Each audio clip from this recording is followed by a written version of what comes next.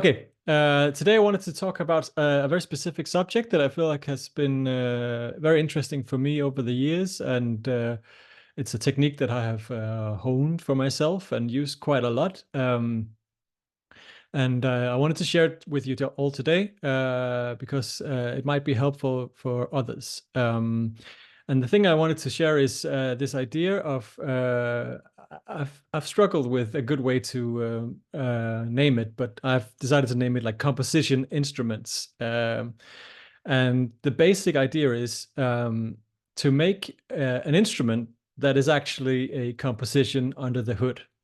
And so you know how you can make a synthesizer and you can make a knob that you twist and it will change the cutoff frequency of a filter, for example. I wanted to do the same thing, but instead of changing the cutoff filter, I would change something within a composition. So twisting a knob will result in compositional decisions being made inside of SuperCollider. And this has always been possible, or at least for a few decades now. It's been possible in SuperCollider using the pattern library. And uh, this talk, I'm going to do it in a sort of like an for an intermediate level audience, I guess. I won't go too much into details about the basics of what patterns are. I'll assume and hope that you know what a pattern is, and if you don't, I would highly recommend you check it out on in the help files. But briefly, I can tell you if you don't know, patterns in SuperCollider are basically a way of sequencing values. And it's just much more advanced than that, but that's the basic of it. So we're going to use patterns to create compositions that are also instruments. That's what I want to talk about today. And I've used this method myself quite a lot for live performances over the years, and for installations, and you can do whatever you want with it. And the idea is to use this technique and then combine it with some kind of input from a controller or a GUI or OSC or an Arduino that's sending stuff over the network or whatever, sensors, whatever. But that's like a concern for itself that I won't really get too much into here. I'll just assume you've got something coming into SuperCollider that you want to control this composition instrument with.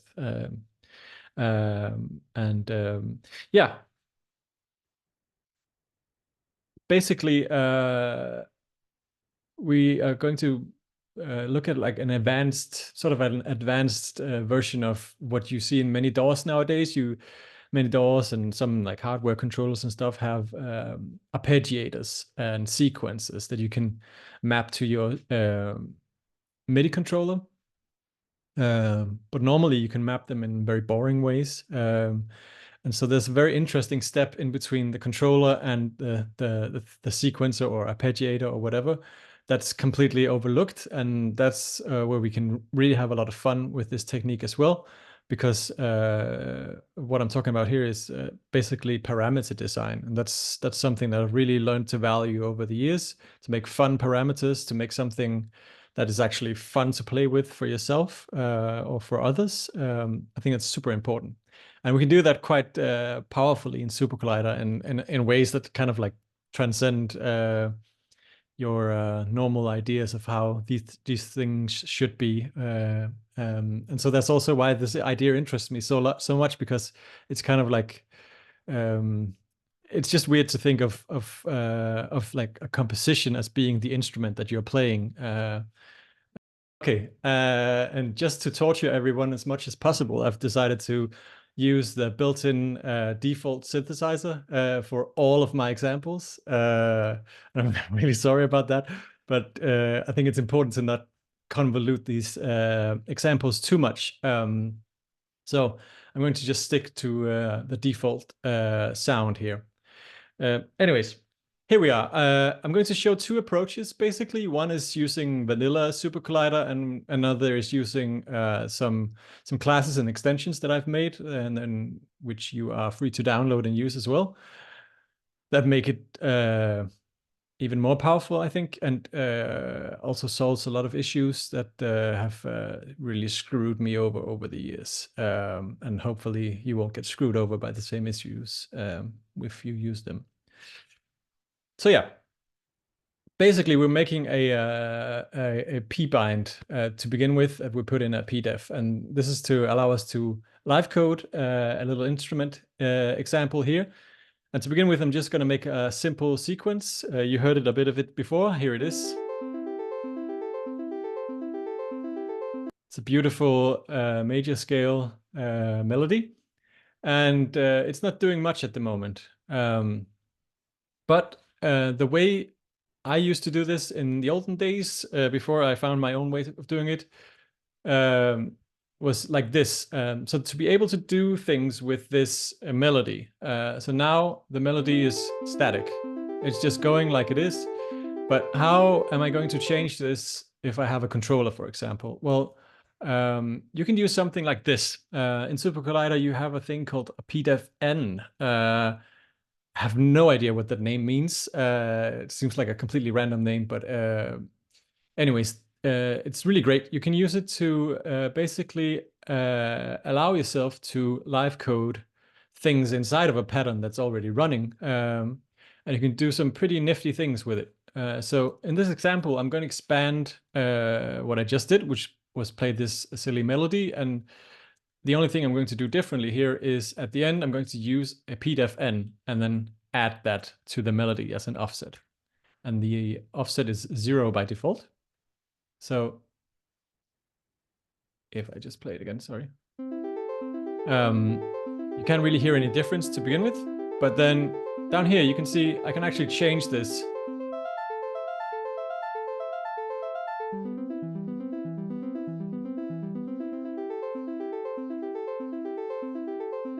So that in itself is maybe not so mind-blowing, but what we're seeing here already is a way to control a playing composition while it's playing. And you can easily map this to a MIDI controller if you have one. And you can even do more wild things where instead of just adding in a value, you can, of course, add in a pattern as well. So here I'm just randomly adding 0 or 5, depending on these weights, and then back to 0. And then this is a trick that I found out some years ago for a concert I was playing, because if these notes are playing really quickly and we change them really quickly, it may be a little bit hard to control when the changes happen. And that can become very unmusical very quickly. So you're up there on stage and you're shaking and you're in like lizard brain stage because you're so nervous. And so you may not like time the way you change values on your controller so perfectly, as perfectly as you did in the studio probably. So you can quantize it, and that's pretty fantastic. So I'm gonna add a quantization value here. So I'm only allowed to change the value every beat, basically. You can change this to 4 beats if you want it to be like, if you have 4 beats in a bar, for example. Sometimes that's cool. Now let's try and randomly change the value.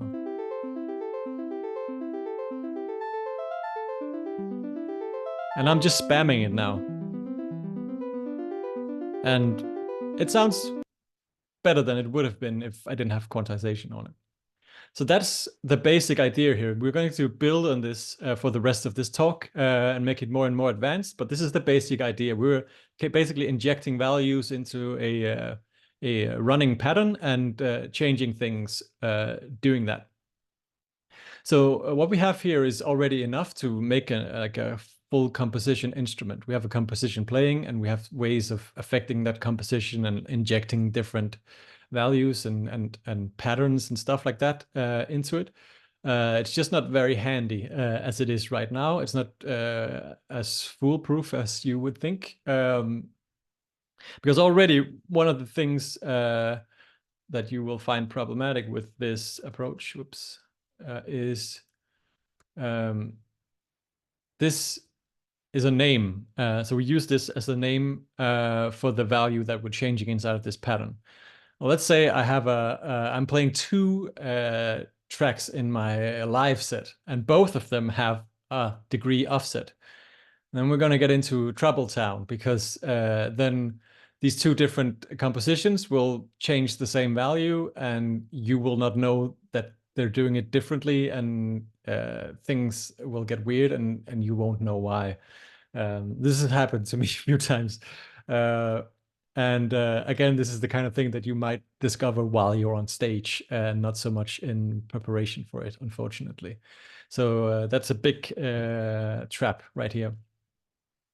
But anyways, let's move on. So the thing I really want to discuss here to make this more interesting is the idea of designing patterns. The idea of designing parameters, because that's something I've really realized over the past few years, is how much of the playability of an instrument comes from having well-designed parameters.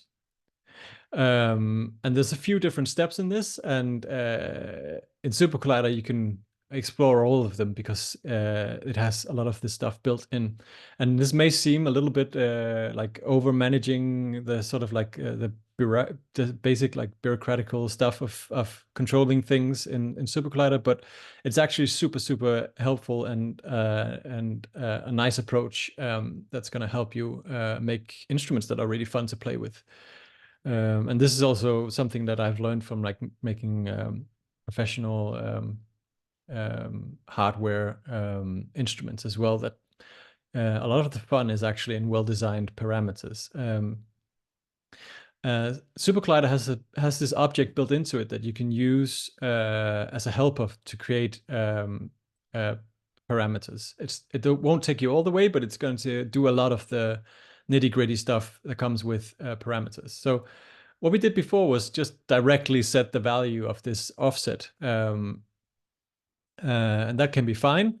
But what if we want to set like a limit of how high or how low this parameter should go, and also in what increments? So remember, the goal here is to map a MIDI controller to this instrument, and with the MIDI controller, you're probably going to get like either a value between 0 and 127, or if you're using like a nice helper, like the modality toolkit or some other nice classes, then you will get a value between 0 and 1. And this is how it works in a lot of professional C++ environments and hardware instruments as well. You have like, you touch an encoder or a slider, and it will give you a value between 0 and 1, and then you do something with that.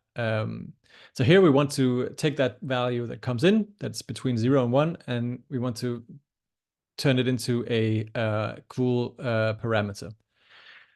So I'm going to use the control spec objects. This is mainly used in SuperCollider to make it easier to map the GUI stuff to synthesizers, but you can pretty much use it for anything. And it's actually really awesome. I highly recommend spending some time exploring control specs, because it's really good for making parameters. So control spec, you can make it with a minimum value, a maximum value, and warping and steps. So minimum value is, of course, the bottom, and max is the top of the range. The warping is what's the curve of the parameter, and this is super important for the like playability and the fun of it. In this case, it's just linear, because there's no reason to make any otherwise, but you can make it exponential or do like fractional curving and stuff like that. It's really nice. And then lastly, I'm going to use the step argument as well. So we're only going to change this degree spec in steps of 2. And then to sort of like simulate a controller, I'm just going to use a value between 0 and 1, randomly generated. And then I'm going to use this map function that comes with a control spec. So a map is part of control spec, and it takes a value between 0 and 1, and then it converts it to this range that you've defined in a control spec, and it uses this warping, and it uses these steps. So that's actually pretty cool. It does a lot of the hard work for us. Let me pull up my post window here, you can see at the bottom, I'm going to blast this with, oops, forgot to evaluate this. I'm going to blast my control spec with random values. And you can see it turns out the values -8, 8, 2, and so on and so on. So that's pretty nice. We have a pretty orderly parameter here. Now we can use it in the in our little pdefn here as well. And we can even make a little silly GUI as well. So now I'm doing the same thing as before, but I'm using values from between 0 and 1, and things are only changing in the steps that I defined, which is the step of 2. And moving on. That's how you would do it in vanilla SuperCollider. And that's really cool. So you can easily take a MIDI controller, map it to some kind of range with warping and steps and all kind of things, and change something inside of a pattern. Now let's escalate this even more. So I have this gigantic Quark called monolithic, and it's monolithic because I just toss everything in there nowadays. I used to be a good boy and make separate Quarks for everything, and separating concerns and making nice software for everyone. But I realized I was the only one using most of it. So I thought, why not just like chuck it all in one big Quark? So you install this and you get a lot of stuff that you won't ever need. But also you get some stuff that you may need. You can run this line if you want to install it. And this will give you access to some of the stuff that I'm going to show you now. The first thing I want to show you is an object called pparam. This is basically, I've written here in the comment, this is the love child of a pdefn and the spec. So I showed you the pdefn before for controlling things inside of a pattern, and then the spec for doing it in a nice way using an input range of 0 to 1. So a pparam is very simple. It takes a spec and a value, and then if you see, let's see, you can do it like this, I think. Yeah. So now we're doing the same thing as before, but we're using this pparam thing instead. The reason this is nice is because then it combines these two things in a nice and orderly way, and they're tied together. And if you're a hardcore software developer, you may scream at the clouds for this, because normally you would separate concerns, but here I'm tying them together because this is SuperCollider. It's anarchy. We can do whatever we want here. Okay, so that's like the first building block of this thing that I want to show you. So you have the parameters there. We have a way of controlling parameters. We have a way of defining them, and we have a way of designing them, basically. The way then to use this is to use a class called the PcontrolDef. And now, before I was dunking on the name pdefn as being weird and random, seemingly random. But here I am, having made a class called PcontrolDef. And I'm not sure that's any better than what I was just ranting about. Probably is not. But anyways, here it is. This is the main class in what I want to show you today. And it kind of follows its own little paradigm. It's a you can think of it as a sort of like a monstrosity of a pdef. So it's something you can live code a pattern in, but then it comes with an environment of controls. And these controls, or parameters, as I've called them, are basically this param that I just showed you. So PcontrolDef, you can think of this as a pattern that has parameters built into it. And it organizes those parameters, and it makes it easy to add them, and it makes it easy to control them and do other nice things. So here is a simple example, which is basically the same as before. We call this class PcontrolDef. You give it a name. the best instrument is what I call it. And then the last thing you give it is a function. And this is used to create the patterns inside. The function is giving this control variable, and this control variable is a dictionary that contains all of the parameters of this pattern. So here I'm just calling the degree offset control, and then I'm using it exactly like before. And then down here you can see separately I'm adding a parameter. I'm giving it a name, and I'm giving it a default value, and I'm using the spec. I'm doing exactly the same thing as I did before, but in a minute I'm going to make this even more interesting, so just bear with me. This is doing the same thing as it did before. Now I'm going to use the map function. I can map, again, an input value between 0 and 1, and it will automatically convert it to the range that I've defined in the parameter. Let's see. And you can see if I just spam this, it immediately changes the values, but if I add quantization, it quantizes the changes.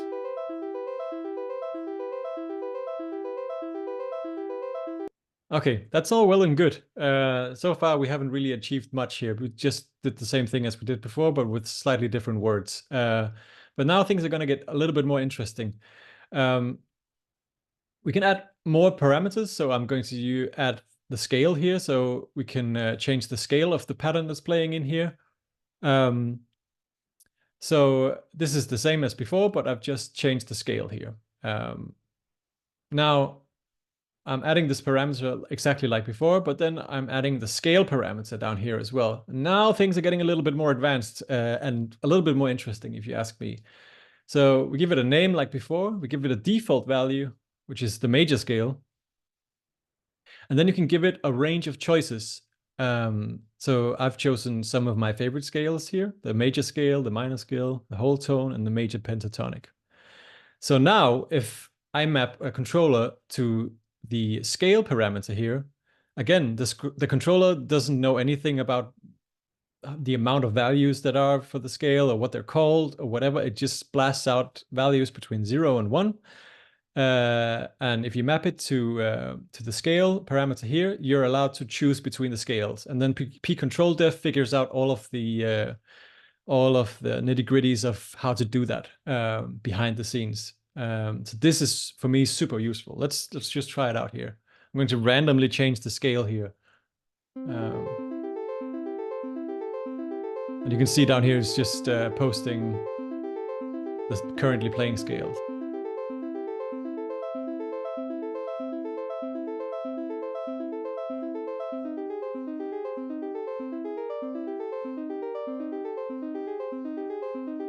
Now we can start to make some more advanced parameters here.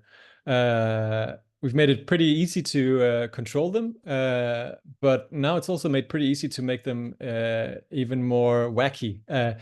And because, as I jokingly said before, like SuperCollider is an anarchistic programming language, and sometimes that's a problem, but in this case, it's fantastic because if you start doing this stuff in anything like C++ or Rust or any other language with like strong types and stuff like that, you're going to have a hard time. Because we can put different kinds of things in here, because here we put in different scale objects. And that's nice. But what if we want to do even more wacky things?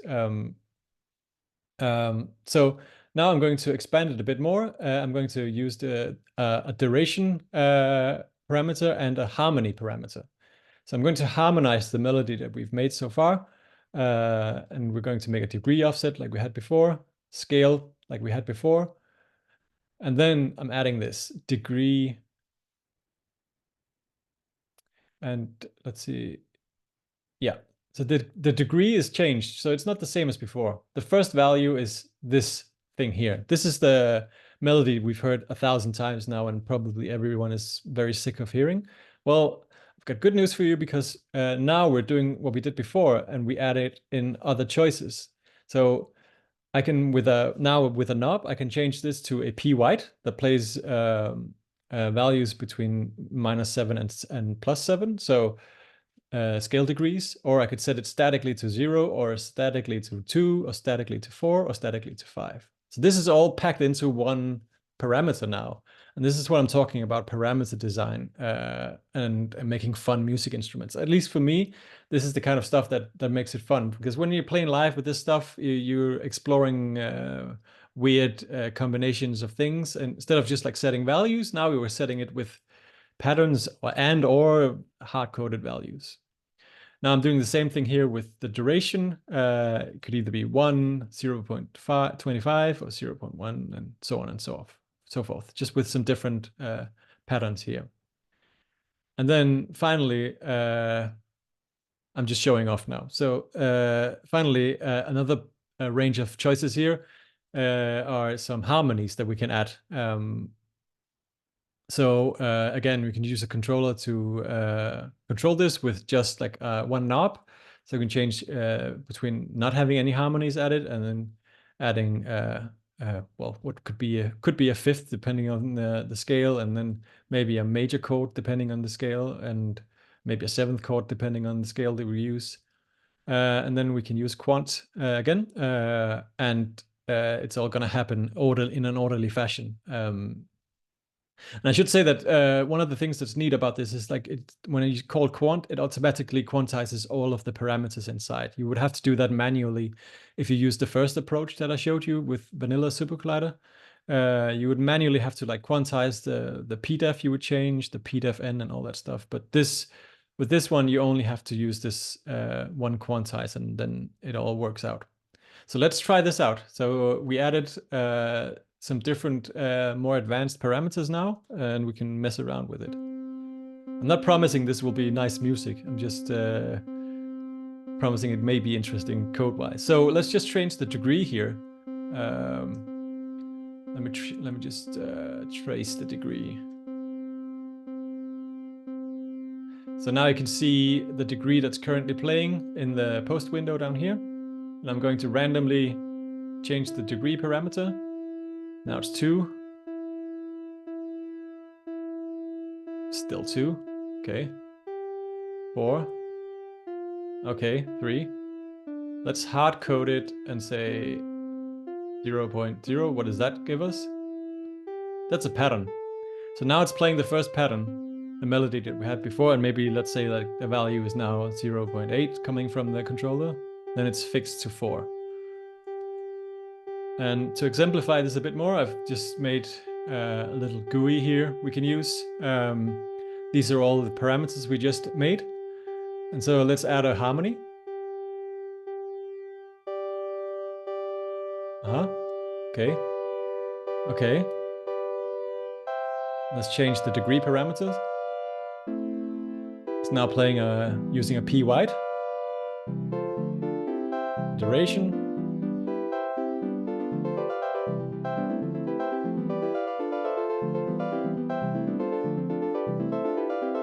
So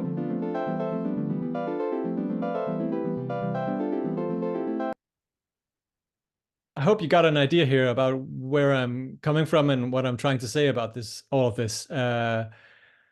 We can do some pretty weird things with parameters in SuperCollider using this approach, and I would encourage you all to try to think about some of this stuff for yourself, to make some instruments and do whatever you want with it. It's really a lot of fun, and for me personally, I did it because I found out for myself that using this approach and really thinking hard about like parameters made it much more fun to play the instruments that I was making. And also, like, for example, if you can use exactly the same approach here if you're making an installation and you have some sort of sensor, for example, and the audience interact with the sensor, then the exact same thing goes and the exact same thing applies. It has to be fun for them as well to interact with your composition or your installation or whatever.